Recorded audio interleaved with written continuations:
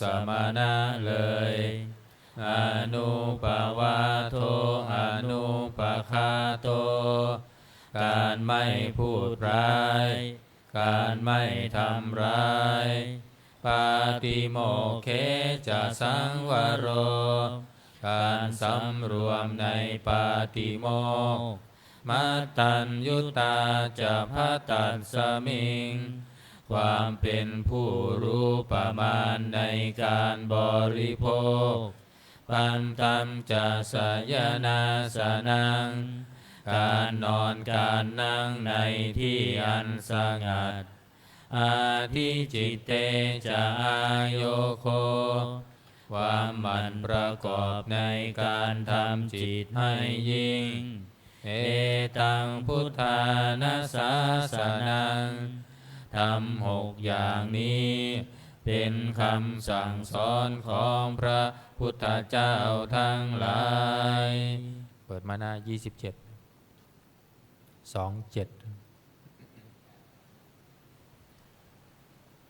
หันตมยังตังคณิกัมปัญจเวคนาปาทังพนามาเสอาชมยาอัปปัจจเวคิตวายังจีวรังปริพุตังจีวรใดอันเรานุ่งห่มแล้วไม่ทันพิจารณาในวันนี้ตังยาวะเทวสิตัสสะปฏิฆาตายะจีวรนั้นเรานุ่งห่มแล้วเพียงเพื่อบำบัดความหนาวอุณหัสสะปฏิฆาตายะเพื่อบำบัดความร้อนดังสมกัสสวาตาตปัสสิริงสัพพสัมผัสสานังปฏิฆาตายะเพื่อบำบัดสัมผัสนั้นเกิดจากเหลือบยุงลมแดดและสัตว์เลื้อยคลานทั้งหลายยาวะเทวะหิริโกปินาปฏิชาธานัตถังและเพียงเพื่อปกปิดอวัยวะอันให้เกิดความละอายอาชมยาอัปปัจจเวคิตวาโยคิลาปาโตปริพุตโตบิณฑบาตใดอันเราฉันแล้วไม่ทันพิจารณาในวันนี้โสเนวะทวายาเราฉันแล้วไม่ใช่เป็นไปเพื่อความเพลิดเพลินสนุกสนานนามาทายาไม่ใช่เป็นไปเพื่อความเมามันเกิดกำลังพลังทางกายนามันธนายาไม่ใช่เป็นไปเพื่อประดับนาวิภูสนายาไม่ใช่เป็นไปเพื่อตกแต่งยาวะเทวะวิมัสสกายัสสทิติยาแต่ให้เป็นไปเพื่อความตั้งอยู่ได้แห่งกายนี้ยาปนายาเพื่อความเป็นไปได้ของอัตภาพวิหิงสุปารติยาเพื่อความสิ้นไปแห่งความลำบากทางกายพรหมจาริยานุคาหายาเพื่ออนุเคราะห์แก่การประพฤติพรหมจรรย์อิติปุรานันจะเวทนังปฏิหังคามิด้วยการทำอย่างนี้เราย่อมระงับเสียได้ซึ่งทุกขเวทนาเก่าคือความหิวนาวันจะเวทนังนาอุปาเทสามิและไม่ทำทุกขเวทนาไม่ให้เกิดขึ้น ยะตราจะเมภวิสติอนวัชชตาจะพาสุวิหารจาติอันหนึ่งความเป็นไปโดยสะดวกแห่งอัตภาพนี้ด้วยความเป็นผู้หาโทษมิได้ด้วยและความเป็นอยู่โดยผาสุกด้วยจะมีแก่เราดังนี้อาชมายาอัปปัญจเวคิตวายังเสนาสนังปริพุตังเสนาสนะใดเราใช้สอยแล้วไม่ทันพิจารณาในวันนี้ตังยาวะเทวสิตัสสะปฏิฆาตายะเสนาสนะนั้นเราใช้สอยแล้วเพียงเพื่อบำบัดความหนาวอุณหัสสะปฏิฆาตายะเพื่อบำบัดความร้อนดังสมกัสสวาตาตัปสิริงสัพพสัมปัสสานังปฏิฆาตายะเพื่อบำบัดสัมผัสนั้นเกิดจากเหลือบยุงลมแดดและสัตว์เลื้อยคลานทั้งหลายยาวะเท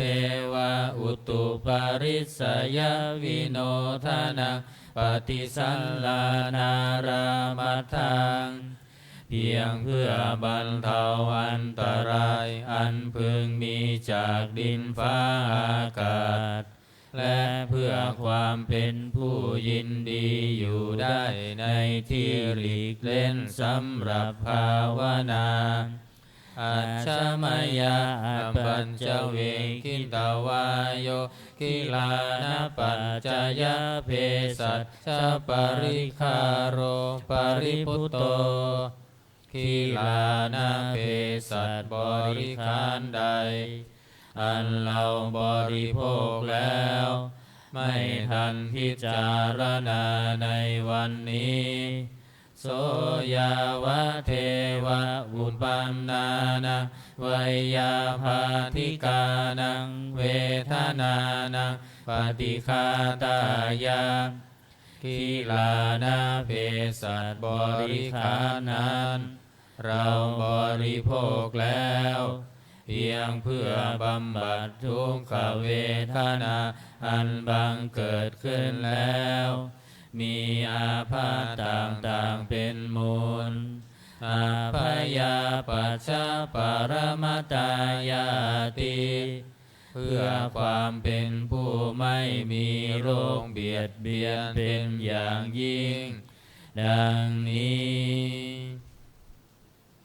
นันตมยังอุทิศนาทิฏฐานาคาทายโยพนามาเสอิมินาปุญญกรรมเมนะด้วยบุญนี้อุทิศให้อุปัชฌายาคุณุตตราอุปัชฌาย์ผู้เลิศคุณอาจาริยุปการาจาและอาจารย์ผู้เกื้อหนุนมาตาปิตาจายาตกาทั้งพ่อแม่และปวงญาติสุริโยจันทิมาราชาชุนจันทร์และราชาคุณาวันตานาราปิจาผู้ทรงคุณหรือผู้สูงชาติพระมมาลาจาอินทาจาพรหมมาและอินทราชโลกปาลาจะเทวตาทั้งถวยเทพและโลกบาลยะโมมิตามนุสสาจายมมาราชมนุษย์มิตรมัชฌตาเวริกาปิจาผู้เป็นกลางผู้จ้องผานสัพเพสัตตาสุขีหนตุขอให้เป็นสุขสันต์ทุกทั่วหน้าอย่าทุกข์ทน บุญญาณิปกตานิเมบุญพ้องที่ข้าทำจงช่วยอำนวยสุภผลสุขังจติวิทังเทนตุให้สุขสามอย่างล้นขีปังปะเพทาวมะตังให้รู้ถึงนิพพานพรันอิมินาปุญญากรรมเมนะด้วยบุญนี้ที่เราทำอิมินาอุทิเสนาจาและอุทิศให้ปวงสัตว์ขีปาหังสุลเพเจวะเราพลันได้ซึ่งการตันหูปาทานาเฉทานังตัวตันหาอุปาทานเยสันตาเนหินาธรรมาสิ่งชั่วในดวงใจยาวานิพพานโตมะมังกว่าเราจะถึงนิพพานนัสสันตุสัพพทาเยวะมาลายสิ้นจากสันดานยัตถาชาโตภเวภเวทุกภพที่เราเกิดอุชุจิตังสติปัญญามีจิตตรงและสติทางปัญญาอันประเสริฐสังเลโควิริยมมินาพร้อมทั้งความเพียรเลิศ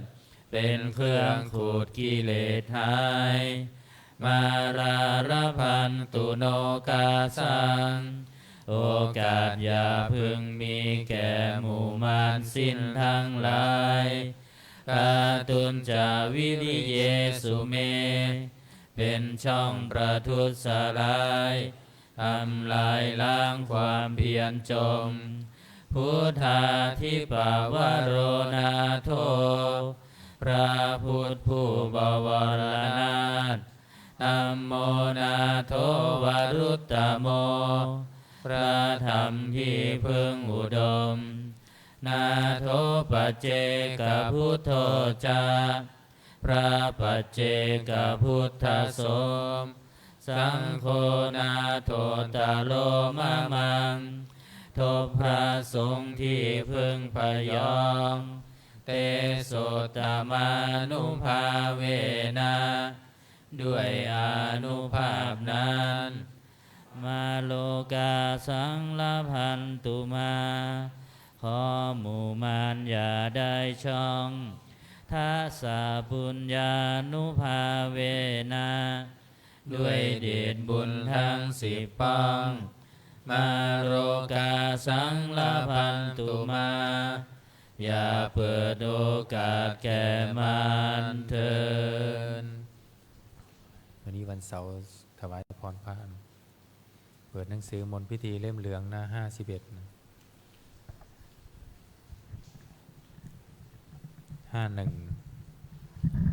51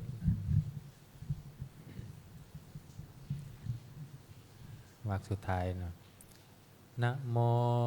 ตัสสะภะคะวะโตอะระหะโตสัมมาสัมพุทธัสสะนะโมตัสสะภะคะวะโตอะระหะโตสัมมาสัมพุทธัสสะนะโมตัสสะภะคะวะโตอะระหะโตสัมมาสัมพุทธัสสะพุทธังสรณังคัจฉามิธัมมังสรณังคัจฉามิสังฆังสรณังคัจฉามิทุติยมปิพุทธังสรณังคัจฉามิทุติยมปิธัมมังสรณังคัจฉามิทุติยม ปิสังฆังสารนังคัมฉามิตติยัมปิพุทธังสารนังคัมฉามิตติยัมปิธัมมังสารนังคัมฉามิตติยัมปิสังฆังสารนังคัมฉามิหน้า55นะโมอะระหะโตสัมมาสัมพุทธัสสะมะเหสีโนนะโมอุตตมะธัมมัสสะสวะคาตัสเสวะเตนิธานะโมมหาสังฆัสสาปิวิสุทธาสีลาทิติโนนะโมโอมาตยารัตทัสสะรัตนัตตยัสสะสาธุกังนะโมโอมกาติตัสสะตัสสะวัตถุนตยัสสะปินะโมการะปัมภาเวนาวิคัตฉันตุงอุมปันทวะนะโมการะนุภาเวนะสุวัตถิโหตุสัพพทานะโมการะสเตเชนาวิธิมหิโหมิเตชวา128ถวายพรพระอิติปิโสภะคะวะอะระหังสัมมาสัมพุทโธวิชาจารณสัมปันโนสุขโตโลกวิทูอนุตตโรปุริสัทธัมมาสารันติสัทธาเทวมนุษย์สานังพุทโธภังคะวะติสาวาคาโตภะคะวะตาธัมโมสัทธิติโกอากาลิโกเอหิปัสสิโกโอปานายิโกปัจจันตังเวทิตัมโพวินโยเหติสุปฏิปันโนภะคะวะโตสาวกสังโฆอุจจุปฏิปันโนภะคะวะโตสาวกสังโฆญาญาปฏิปันโนภะคะวะโตสาวกสังโฆสามีจิปฏิปันโนภะคะวะโตสาวกสังโฆยะติทางจัตตาริปุริสายุงคานิอัตถปุริสปุคลาเอสัมภะคะวะโตสาวกสังโฆอาหุเนยโยปาหุเนยโยทากิเนยโยอัญชริการณิโยปุญญาเขตังโลกัสสติภาหุงสหัสสมาพินิมิตาสาวุทันตาคิเมฆรังอุทิตาโครัสเสนามาราธานาทิธรรมาวิธินาชิตาวา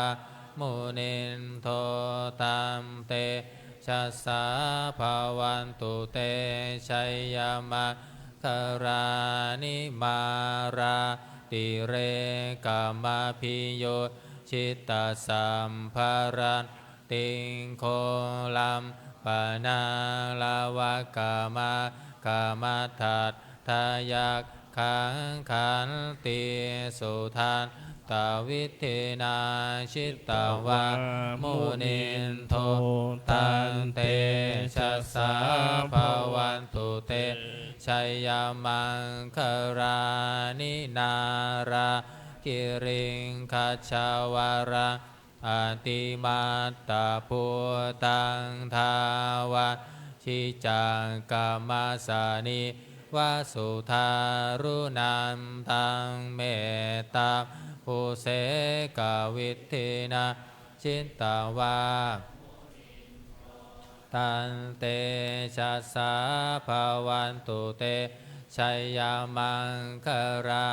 นิองคิตตะขันขมาติหัตทาสุธารุนันตังทาวันติโยชนะปะทะคุลิมาละวันตาอิทธิพิสังคตมโนชิตตาวามุนินโทตันเตชะสาภวันตุเตชัยยามังครานิกันตาวานากัตธโมทารังอิวะคัมพินิยาจินจายาทุตทวัจจานังชนะกายามัตเชสันเตนะโสมาวิธินาจิตตาวามุนินโทตัมเตชะสาภวันตุเตชัยยามังครานิสันจังวิหายามติสัตจักกวาทะเกตุวาทาพิโรปิตามานังอติอันทภูตังปัญญาปัตติปัจฉลิโตชิตตาวามุนินโทตันเตชะสามังครานินันโทปานันตามปุญจคังวิพุทธามาหิตทิงปุตเตระเทระพุทธเคนัตมาปยันโต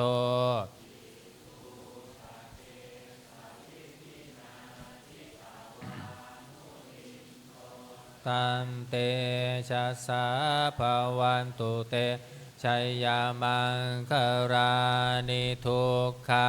หัตถิทิพุทธเคนะสุทัตถาหัตทั้งพระมังวิสุทธิชุติเมพิภากาพิธานังญาณคเทนาวิธินา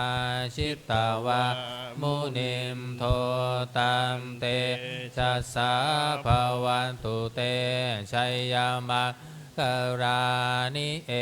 ตาปิพุทธชัยยามังคาราอันทคาทาโยวาจาโนทินาทิเนสารเตมาตันทิหิตาวานะเนกวิวิธานิจุปัตถวานิโมขังสุขังอธิกามยนโรสปัญโยมหาการุณิโกนะโทหิตายาสัพคัมปานินังสัมภาปัตโตสัมโพธิโมตตมังเอเตนะสัจจวัตเชนะโหนตุเตชัยยามังครังชยันโตโพธิยามูเลสักกยานังนันทิวันธโนเอวังตาวังวิชัยโยโหหิชัยยาสุชัยยามังคเรอัมปราชิตปัลลังเกสีเสปันทวิโปคเรอัมพิเสเกสัมภาพุทธานังอาคัมปัตโตปะโมทัตติสุนักขัต ตังสุมังคารังสุปภาตังสุโหติตังสุขโนสุโมโหตโตจะสุเยทรังพรหมจาริสุปาทักขินักกายกรรมังวาจากรรมังปะทาขินังมโนกรรมังปะทิเตปะทาขินาปะทาขินานิกันตวานารพันตันเทปะทาขิเนเปิดมาหน้า48นะคาถาหวานทรายหน้า48อิมัสสมิงราชเสมานาเขเตสมันตาสัตตโยชนะสัตตสหสานิพุทธาชารปริเกเตรักขันตุสุรักขันตุอิมัสสมิราชเสมานาเขเตสมันตาสันตโยชนะสัตตสหสานิธรรมชารปริเกเตรักขันตุสุรักขันตุอิมัสสมิราชเสมานาเขเตสมันตาสัตตโยชนะสัตตสหสานิปัญเจกพุทธาชารปริเกเตรักขันตุสุรักขันตุอิมัสสมิราชเสมานาเขเตสมันตาสัตตโยชนะสัตตสหสานิสังฆาชารปริเกเตรักขันตุสุรักขันตุบุรพารัสมิพระพุทธคุณังบุรพารัสมิพระธรรมเมตตังบุรพารัสมิพระสังฆานังทุกขโรภกยังสัพพทุกข์สัพพโศกสัพพโรคสัพพภัยสัพพเคราะห์เสนียดจำไรวิวัมชัยเยสัมภัทานังสัมภาลาภังภาวันตุเมรักขันตุสุรักขันตุอาคเนรัสมิพระพุทธคุณังอาคเนรัสมิพระธรรมเมตตังอาคเนรัสมิพระสังฆานังทุกขโรภคยังวิวันชัยเยสัมภทุกข์สัพพโศกสัพพโรคสัพพภัยสัพพเคราะห์เสนียดจำไรทานังสัพพาลาภังภาวันตุเมรักขันตุสุรักขันตุทักษิณรัสมิพระพุทธคุณังทักษิณรัสมิพระธรรมเมตตังทักษิณรัสมิพระสังฆานังทุกขโรภคยังวิวัมชัยเยสัมภทุกข์สัมภโสสัมภโรคสัพพภัยสัพพเคราะห์เสนียดจำไรวิวัมชัยเยสัมภาทานังสัพพาลาภังภาวันตุเมรักขันตุสุรักขันตุหรดีรัสมิพระพุทธ ทกุณังหรดีรัสมิพระธรรมเมตตาหรดีรัสมิพระสังฆานังทุกขโรภัคคยังสัมภทุกข์สัพพโสงสัพพโรคสัพพภัยสัพพเคราะห์เสนียดจำไรวิวัมชัยเยสัมภาทานังสัมภาลาภังภาวันตุเมรักขันตุสุรักขันตุปัจฉิมรัสมิพระพุทธคุณาปัจฉิมรัสมิพระธรรมเมตตาปัจฉิมรัสมิพระสังฆานังทุกขโรภัคคยังวิวันชัยเยสัมภทุกข์สัพพโสสัมภโรคสัพพภัยสัพพเคราะห์เสนียดจำไรวิวันชัยเยสัมภาทานาสัมภาลาภังภาวันตุเมรักขันตุสุราขันตุพายัพรัสมิพระพุทธคุณาพายัพรัสมิพระธรรมเมตตาพายัพรัสมิพระสังฆานังทุกขโรภัคคยังสัมภทุกข์สัมภโสงสัพพโรคสัพพภัยสัพพเคราะห์เสนียดจำไรวิวัมชัยเยสัมภาทานาสัมภาลาภังภาวันตุเมรักขันตุสุราขันตุอุดรรัสมิพระพุทธคุณังอุดรรัสมิพระธรรมเมตตาอุดรรัสมิพระสังฆานังทุกขโรภัคคยังวิวันชัยเยสัมภทุกข์สัพพโส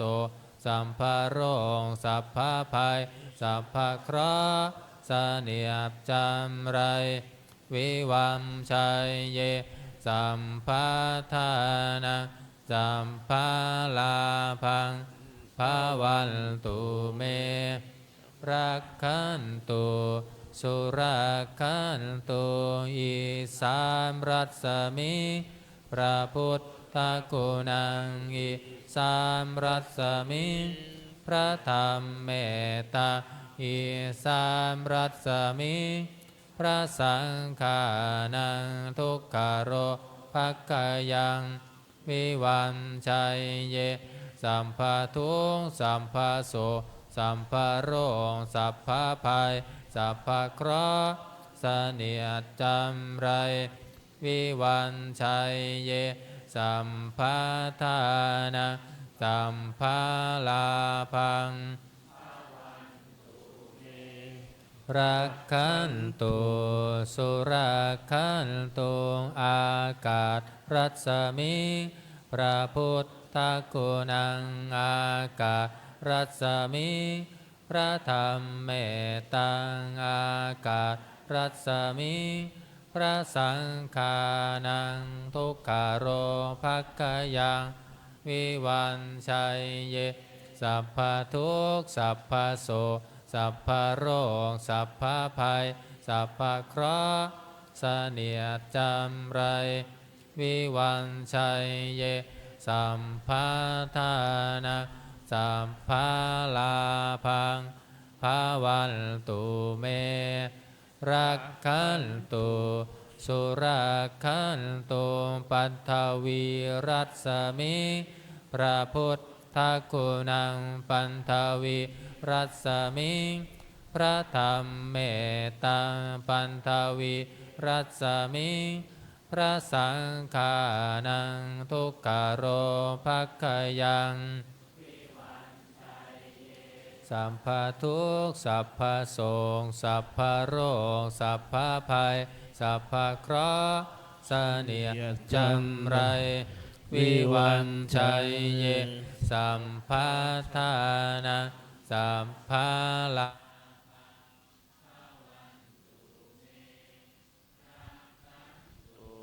สุราคันตุ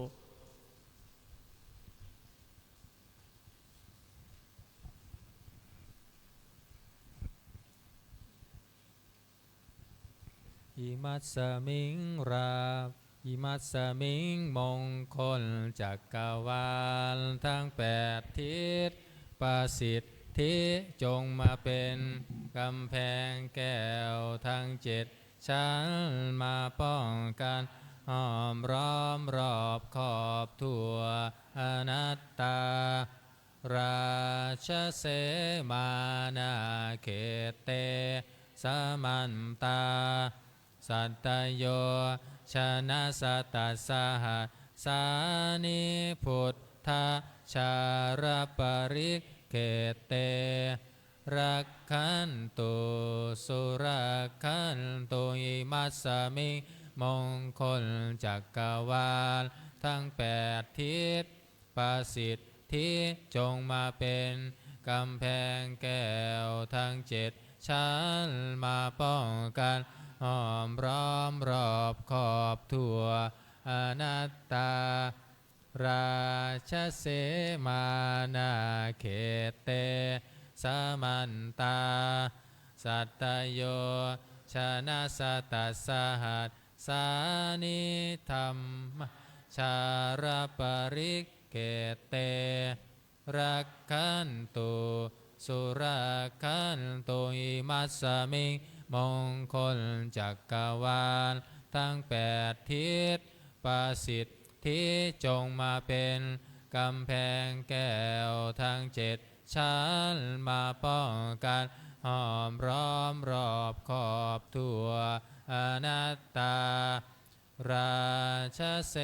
มานาเขตเตสมันตา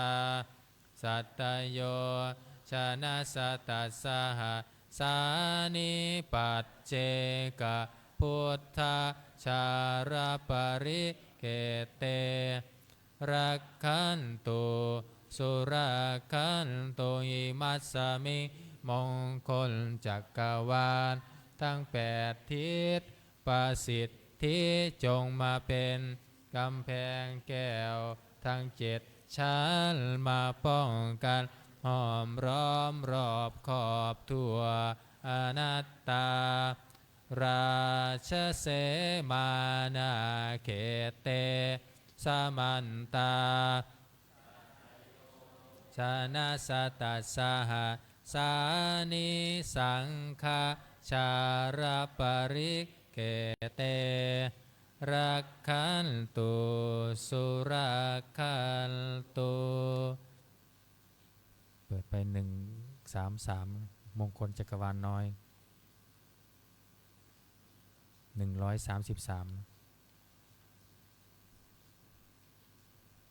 สัพพพุทธานุภาเว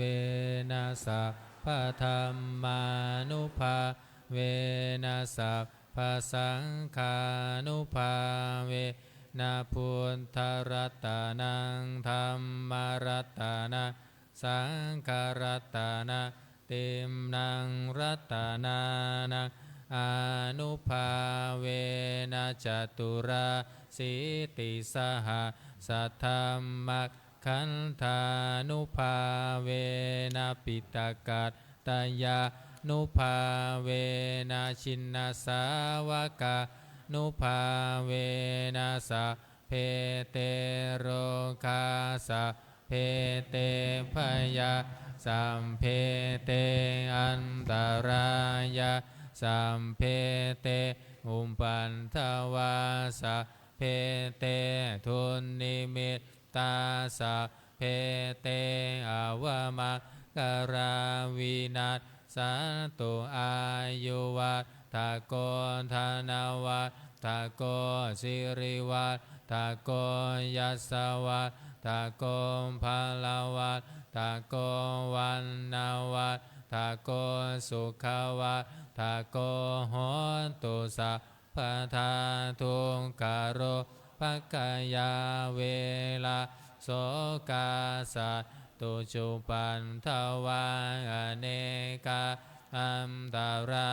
ยาปิวินัสสันตุจเตชะสาชัยยสิทธิธานังลาภังโสทิภักขยังสุขังภารังสิริอายุจาวัฏโนจะโพคังวุฒิจายัสสาวะสันตวัฏสาจังอายุจะชีวสิทธิภาวันตุเตภาวันตุสัพพมังคารังปะเทวตาสัมภพุทธานุภาเวนัสสัทธาโสทิภาวันตุเตภาวันตุสัพพมังคารังลักขันตุสัพพเทวตาสัพพธรรมานุภาเวนัสสัทธาโสทิภาวันตุเตภาวันตุสัพพมังคารังลักขันตุสัพพเทวตาสัพพสังฆานุภาเวนัสสัทธาโสทิภาวันตุเตครับการทำวัดเย็นก็จบเพียงเท่านี้นะครับ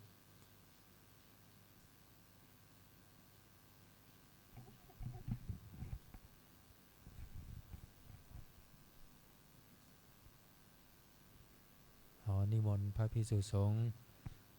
คุกเข่ากราบพระอาจารย์เจ้าคุณพร้อมกันสามเณรแม่ชีโยคีกราบที่หลังอัญชลีวันทาอภิวาทอัญชลีวันทาอภิวาทอัญชลีวันทาอภิวาทอัญชลีวันทาอัญชลีนิมนต์สามเณรเรียนเชิญคณะแม่ชีโยคีทุกท่านน้อมกราบท่านเจ้าคุณพระอาจารย์พร้อมกันค่ะอัญชลีวันทาอภิวาทอัญชลีวันทาอภิวาทอัญชลีวันทาอภิวาทอัญชลีวันทาอัญชลีขออนุโมทนาต่อกุศลศรัทธาที่พวกเราทั้งหลายได้กระทำบำเพ็ญขอบุญนี้จงเป็นอานิสงส์ให้เราทั้งหลายในเจริญในสมาปฏิบัติเพื่อความดับทุกข์เพื่อพระนิพพานเป็นที่สุดจงมาเกิดผลแก่พวกเราทั้งหลายจงทุกข์ทั่วหน้ากันด้วยเถิดสาธุสาธุสาธุ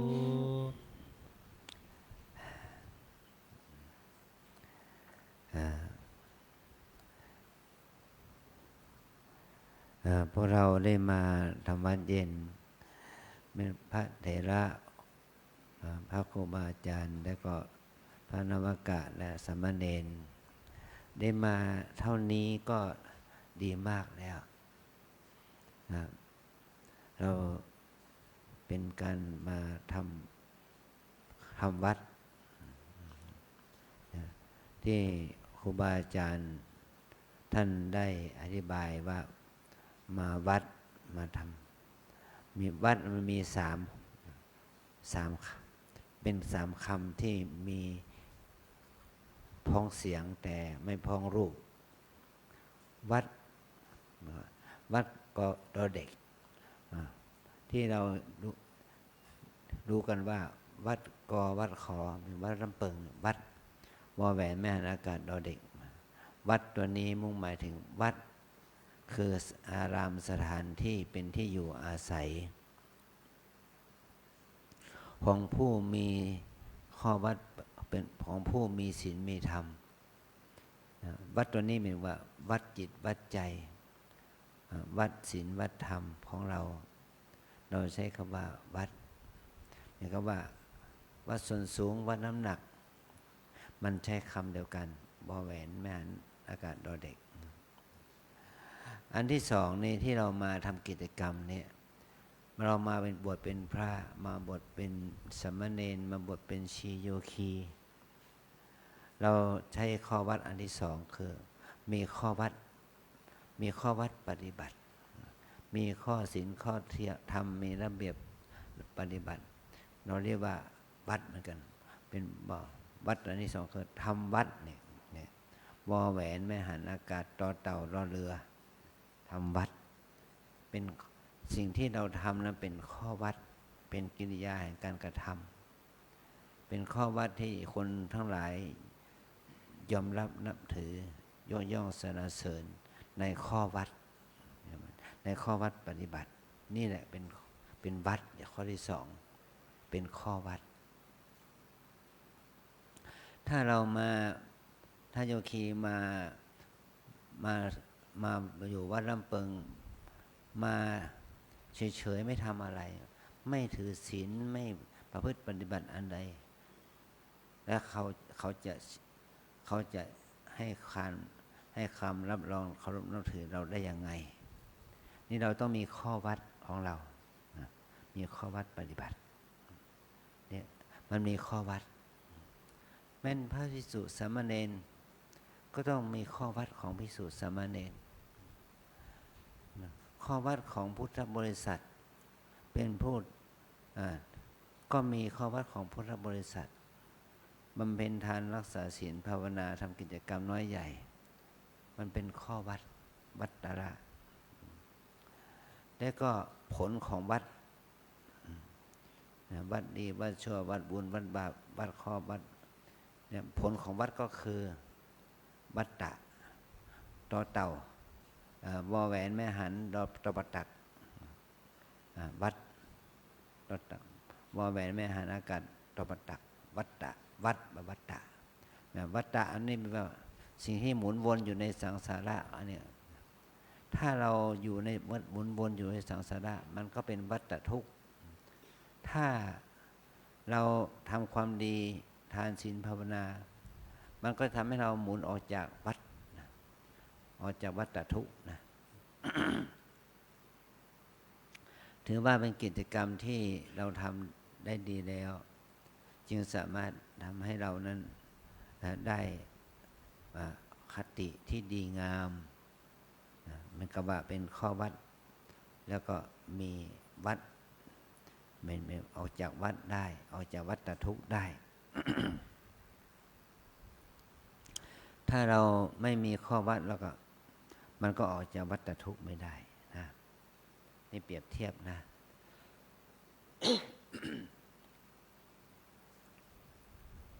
เมื่อกี้เรามีบทสวดมงคลจักรวาลน้อยนะให้เราได้ดูว่าเราสวดถูกไหมสวดถีพาขยังเนี่ยสุขังพลังมันไม่ใช่สวดถีเราใช้คำว่าสดถินะบรรทัดที่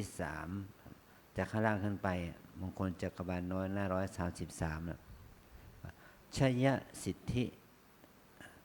ทานังราพังแต่ท่านสดถีใช่ไหมเนี่ยมันสดถิภาคยังสดถิอ่านให้ถูกท่องให้ถูกนะแล้วก็ว่าวรรคสุดท้ายใช่ไหมชีวสิทธิไม่ใช่สิทธิเป็นสิทธิทอทงให้ออกว่าสิทธิพระวันตุเตสตวัสสาจะอายุจะชีวสิทธิเราไปออกว่าสิทธิมันไม่ถูกทอถุงมันไม่ใช่ทอถุงมันเป็นทอทงออกทอทงที่เนี่ยมันออกให้ถูกสดถีมันจะไม่ใช่สดถีมันเป็นสดถิภาษาบาลีเป็นสดถิเราอ่านให้ถูกนะเหมือนกับบทที่ว่าอายุวัฏ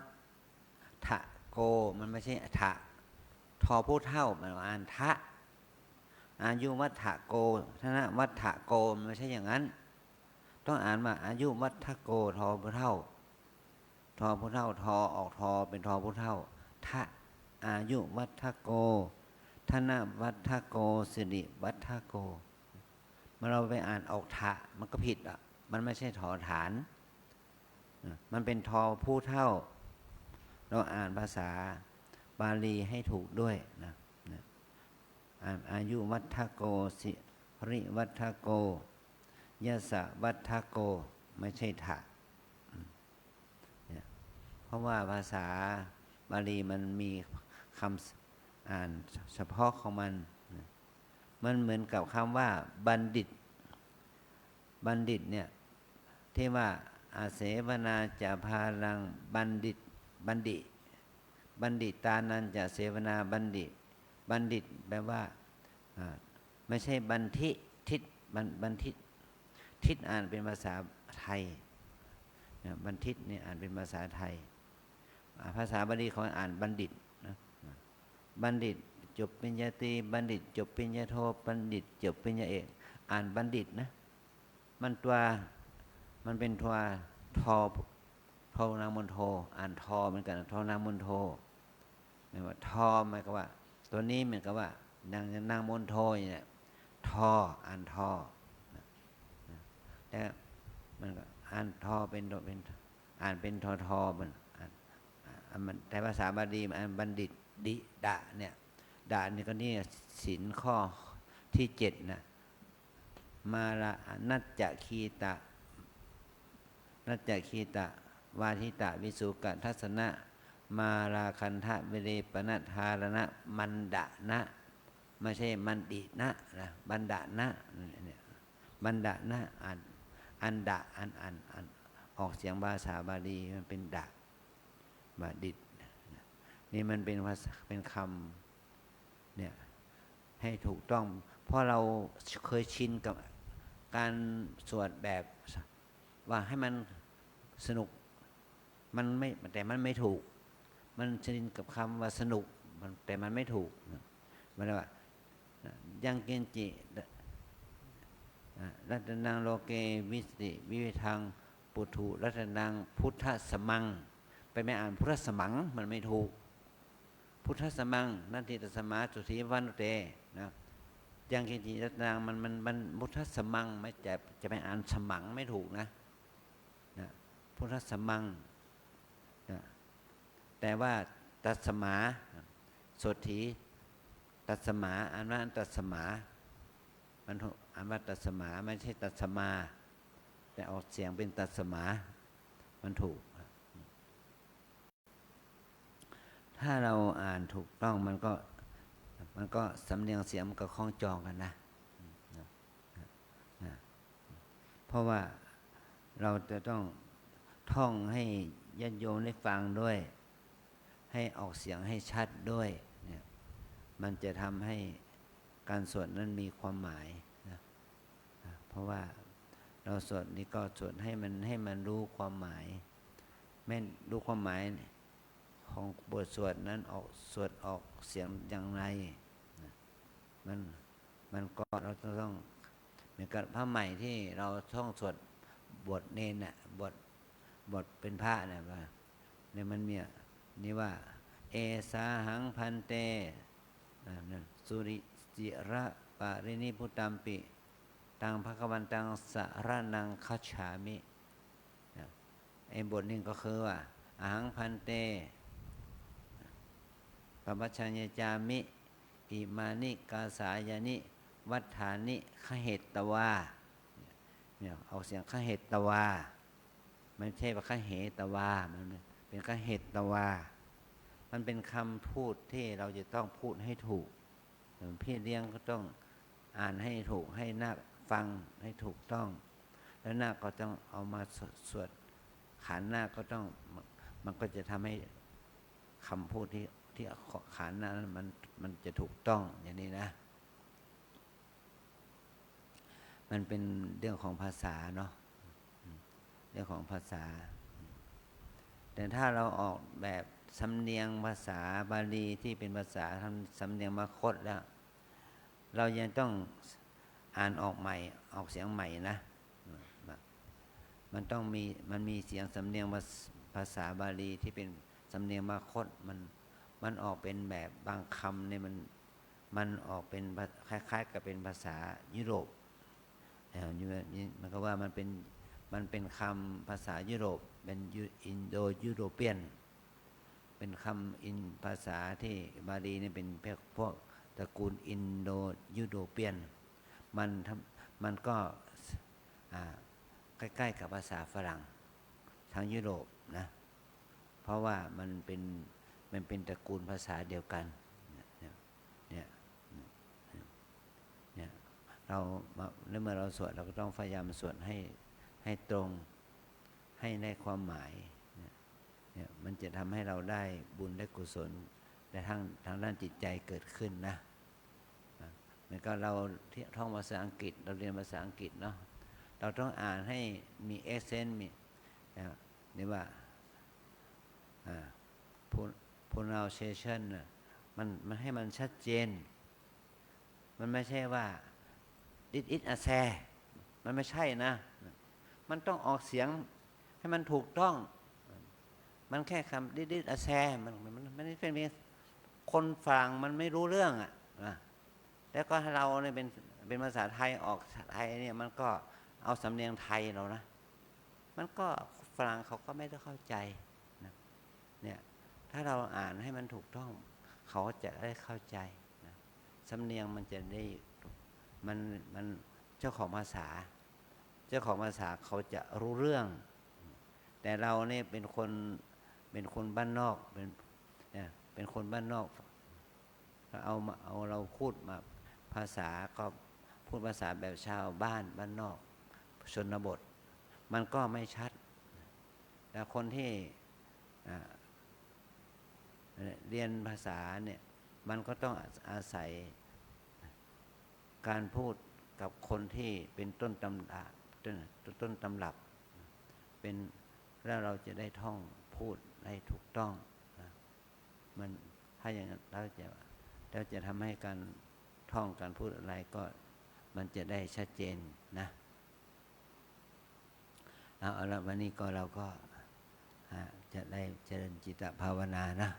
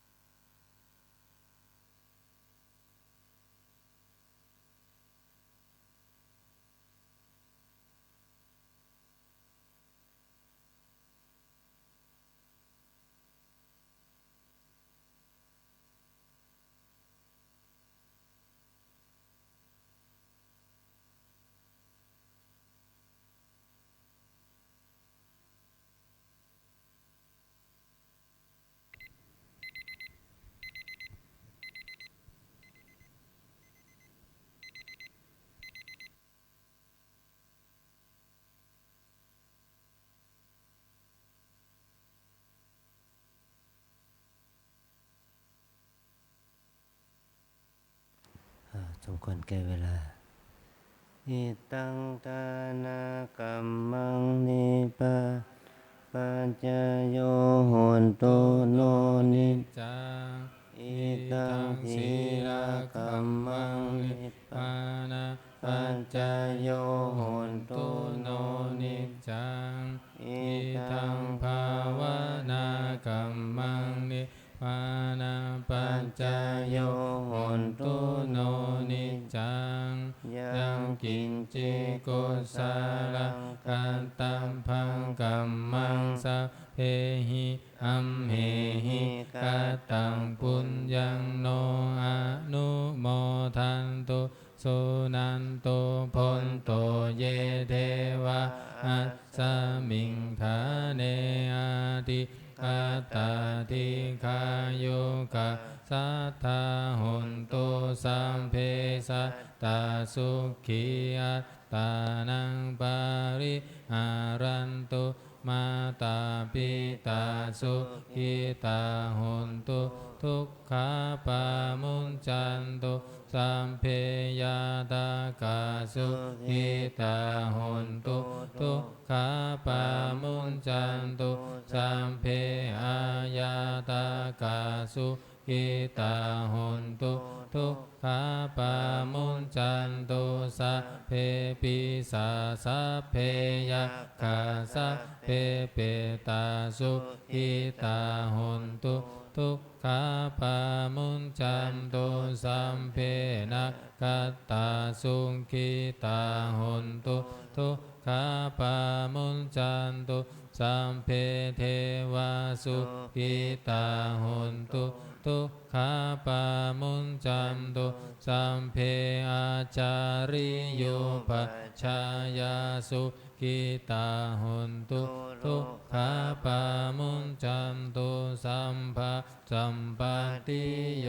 สามิจันตุโวภูเขาบรรทาหลวงพร้อมกัน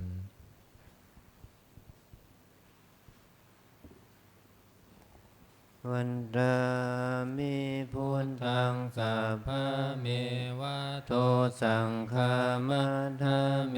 พันเตวันดามิธัมมังสัพพะเมวะโตสังฆามัฏฐาเมพันเตวันดามิสังฆังสัพพะเมวะโตสังฆามัฏฐาเมพันเตวันดามิคารุอุปัชฌานะจาริเยสัพพะเมวะโตสังฆามัฏฐาเมพันเตวันดามิกัมมัฏฐานังสัพพะเมวะโตสังฆามัฏฐาเมพันเตวันดามิอาราเมพันทัสสีมังสัมภะเมวะโต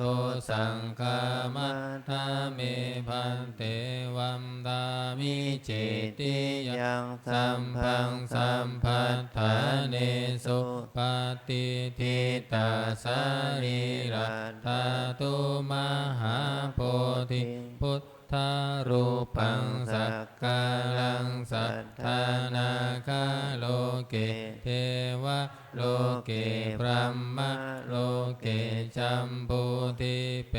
ลังกาทิเปสาริรัตถาตุโยเกสัทธาตุโยอะระหันตถาตุโยเจติยะอันทะกุทิจตุราสิติสาหัสเสธัมมะกันเทสัพเพสัมปาทะเจติยังอะหังวันทามิสัพพะโส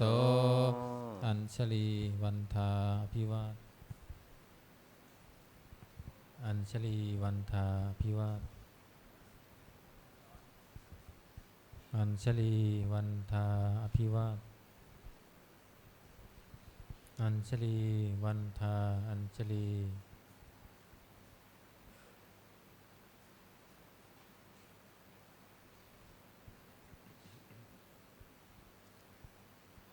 ขอนิมนต์พระภิกษุสงฆ์สามเณรเจริญพรแม่ชีก้มหมอบบรรทาน้อยพระอาจารย์เจ้าคุณพร้อมกัน สาธุวันทามิพันเตสัพพังอปาราทังกามะทะเมพันเตมยากัตตะปุญญังสามินาอนุโมทิตาพังสามินากัตตังปุญญังไมหังทาตาพังสาธุสาธุอนุโมทามิจัตตารโอธรรมาวัฏันติอายุวันโนสุขังภะลังสาธุสาธุสาธุ